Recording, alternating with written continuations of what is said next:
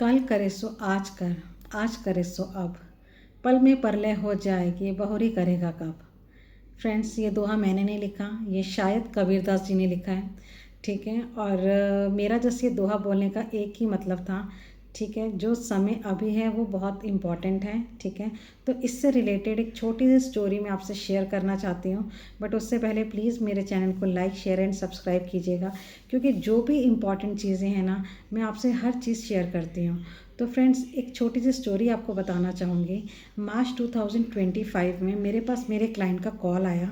ठीक है, जिन्होंने मुझसे कहा कि वो मुझसे कंसल्टेशन लेना चाहते हैं। तो मैंने उनसे कहा कि आप अपना name and date of birth मुझे आप मैसेज कर दीजिए, तो हम बुकिंग कर लेते हैं कि आप जब कि अवेलेबल है। तो उन्होंने मुझसे कहा कि ठीक है। तो जब मैंने उनसे बुकिंग करने के लिए कहा तो उन्होंने कहा मैं आपको बताता हूँ। लेकिन फ्रेंड्स, जब मुझे किसी का डेट ऑफ बर्थ दिख जाता है ना, तो कई बार क्या होता है, वो डेट ऑफ बर्थ पढ़ते ही हमें कुछ चीज़ें नज़र आ जाती हैं। तो मैंने उनसे एक मैसेज करके कहा कि आप अपना जून के मंथ में ध्यान रखिएगा। फ्रेंड्स, उसके बाद से मेरी और उनकी कोई बात नहीं हुई। ठीक है, ना उन्होंने मुझसे कंसल्टेशन ली।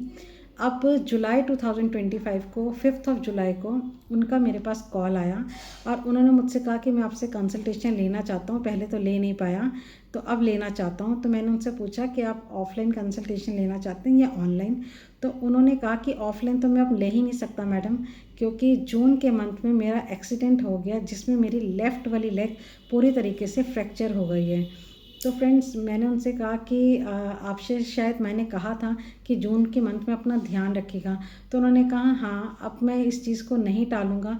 मैंने तब कंसल्टेशन नहीं ली, अगर शायद मैंने ली होती तो शायद इस तरीके से ना होता मेरे साथ। बट फ्रेंड्स, मैं ऐसा नहीं कह रही कि अगर उन्होंने मुझसे कंसल्टेशन ली होती तो उनके साथ ये एक्सीडेंट नहीं होता।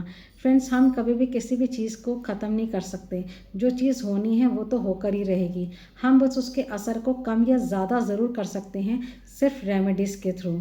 तो फ्रेंड्स, मैं आपसे जस्ट यही कहना चाहती हूँ कि लाइफ में हमारे इतने इंपॉर्टेंट काम होते हैं, कई बार उन कामों को हम टालते रहते हैं। मैं एक छोटा सा एग्जांपल बताती हूँ कि जैसे सपोज़ हमें एक हेल्थ इंश्योरेंस पॉलिसी लेनी है या कोई कार इंश्योरेंस पॉलिसी लेनी है, तो कई बार हम जो उस चीज़ को टालते रहते हैं कि यार अभी कौन सा मुझे कुछ होने वाला है, ठीक है, तो अगले महीने ले लूँगा। फिर अगला महीना आता तो हम कहते हैं अगले महीने ले लूँगा।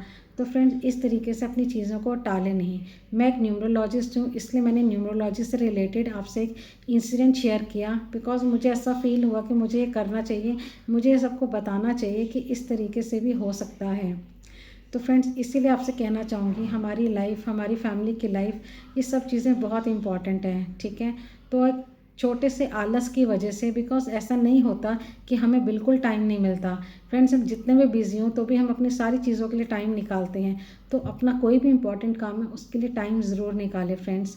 तो हर चीज़ को टालें नहीं, जो ज़रूरी है उसे ज़रूर करें। Thank you friends, bye bye.